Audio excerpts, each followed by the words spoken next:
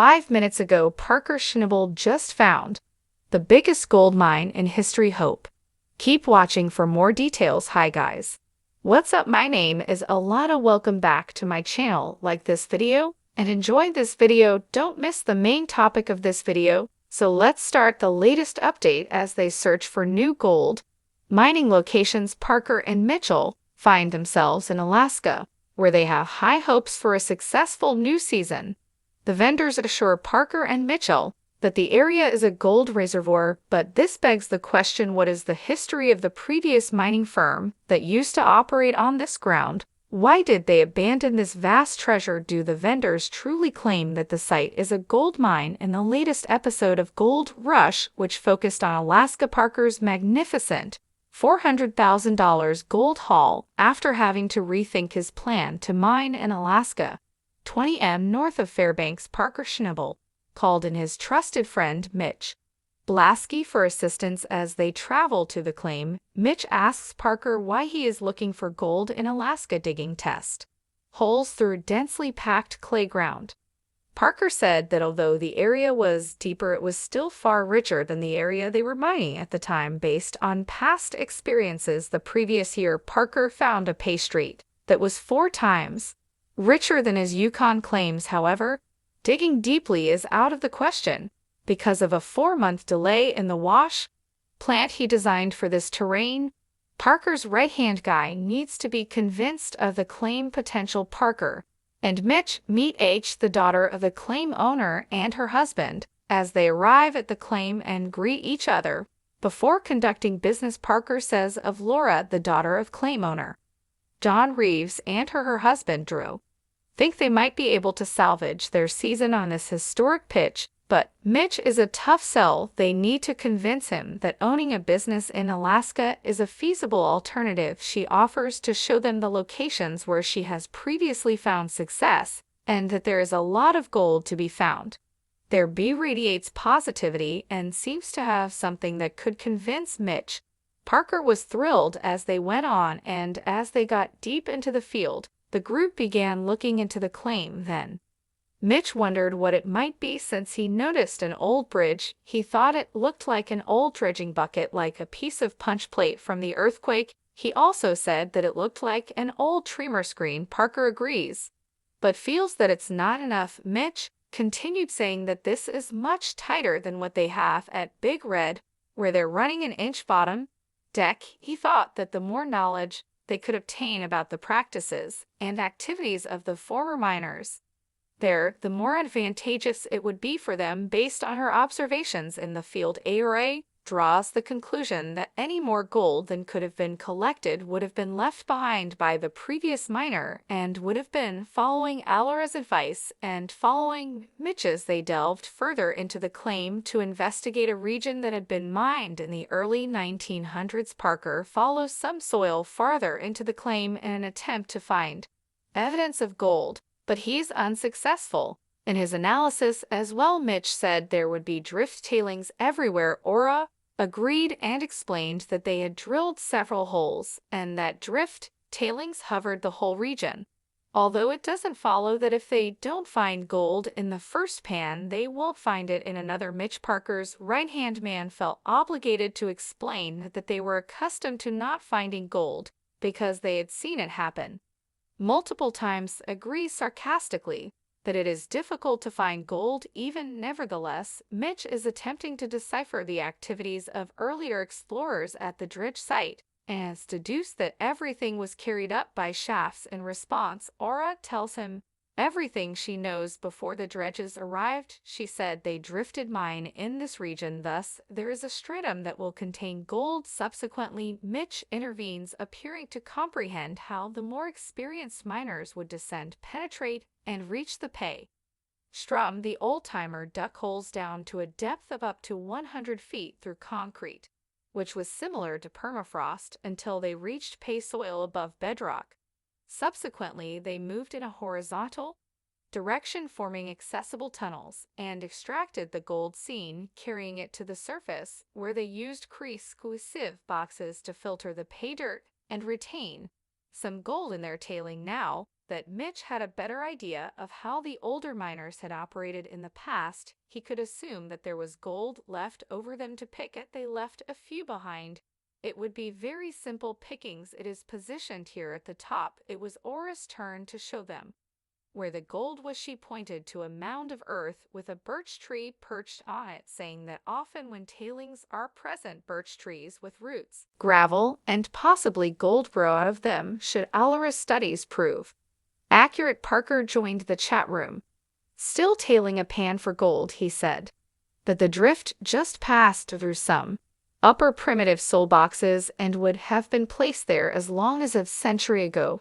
Parker needed to finish the task, so he called Aura after marching a few meters towards the pile. Parker and his right-hand man may find that their dreams of possibly moving the operation to Alaska come true very quickly. Aura leads the way, and when they reach a good spot, she hands Mitch the shovel and asks him to try it. After filling the pan with dirt, Mitch hands it back to Aura. It was time to open it and discover what was inside. If gold has been left behind in the tailings by the old-timers, this could be a game-changer. Parker can mine it quickly and easily. Once his washed plant arrives after a few pannings, they finally have something to celebrate.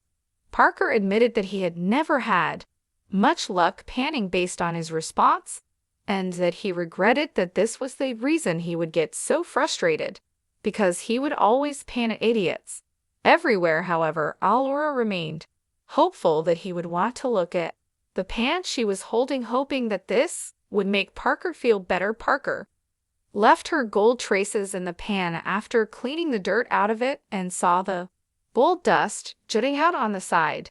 Thinking that this was the best pan she had ever made, she couldn't help but comment. AA found it ridiculous that there was a large piece of gold there.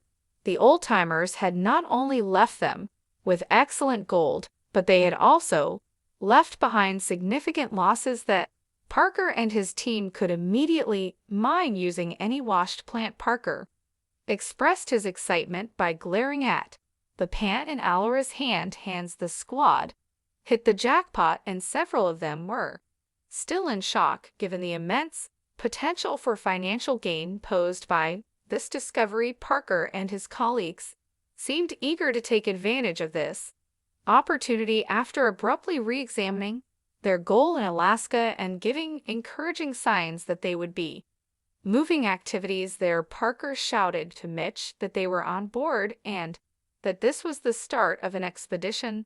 There he continued to appraise the pan, mentioning how fantastic it was and how much gold it contained. Parker also said that since they would need to relocate everything if they were going to mine there, it only made sense to smash it through a plan. After all, Mitch said he was satisfied with the procedure and that he was finally convinced it would be successful. He also said he was confident they could have a fantastic season there and that they wouldn't need to strip if they can make it work. Is native during Mitch and Parker's absence, Tyler Lee's main objective was to ensure that everything was proceeding according to plan and to give them confidence that they could rely on him to handle everything worry-free. During the week that they were gone, they kept Big Red under Tyler's supervision at the airfield and completed the Yukon operation, which involved moving a lot of heavy gravel. When Tyler and Mitch returned, a crew member there warmly welcomed them,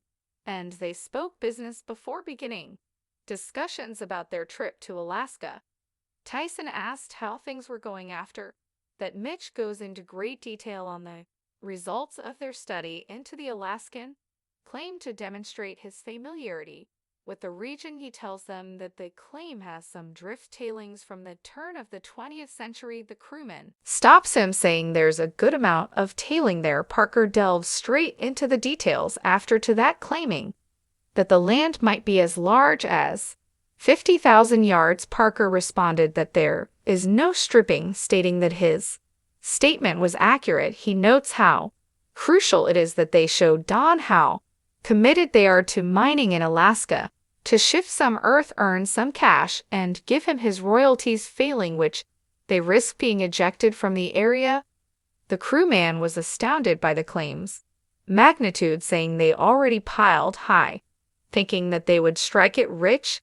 There, the four Tyler and the crew realized that reality they still had a mission to finish at Indian Island. The crewman brings that up right away, stating that while Parker and Mitch were gone, they already had some dirt. He discussed how the airstrip worked well and how they were able to extract some gold. Tyler was prepared to weigh that gold they have been hunting for the past week. Tyler counts as they weigh, and the man begins to pour the ground gold fets into a pan. This was Tyler's chance to show off what they had been working on, or Parker was away. Parker projects that large red will deliver roughly 160 this week, the airfield producing about 1.80 each hour. Large red ran for 90 hours. Tyson Lee counts up to 22,450 ohms of gold that week, far more than Parker had expected from them for the week, leaving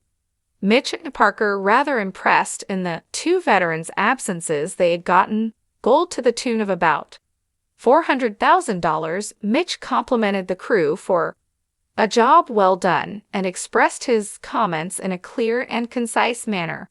As Mitch and the others begin to leave the cabin, Parker contributes, calculating the rate of their discoveries to be roughly 2.50 per hour, much more than he have anticipated from the team. He felt inspired even without them, and he was relieved that everything was still running smoothly. But as Mitch and Parker leave the airstrip, knowing that Mitch and Parker could leave the airstrip with ease and that everything would continue to go according to plan, made Tyler very happy. They continued to work, uncovering gold and moving soil, with many more discoveries to come. Parker Schnabel's profession in gold mining demonstrates how, since he took over the day-to-day operations of the family mining company Big Nugget at the age of 16, Parker Schnabel has amassed a sizable fortune. Parker is extremely wealthy, but unlike many others his age, he does not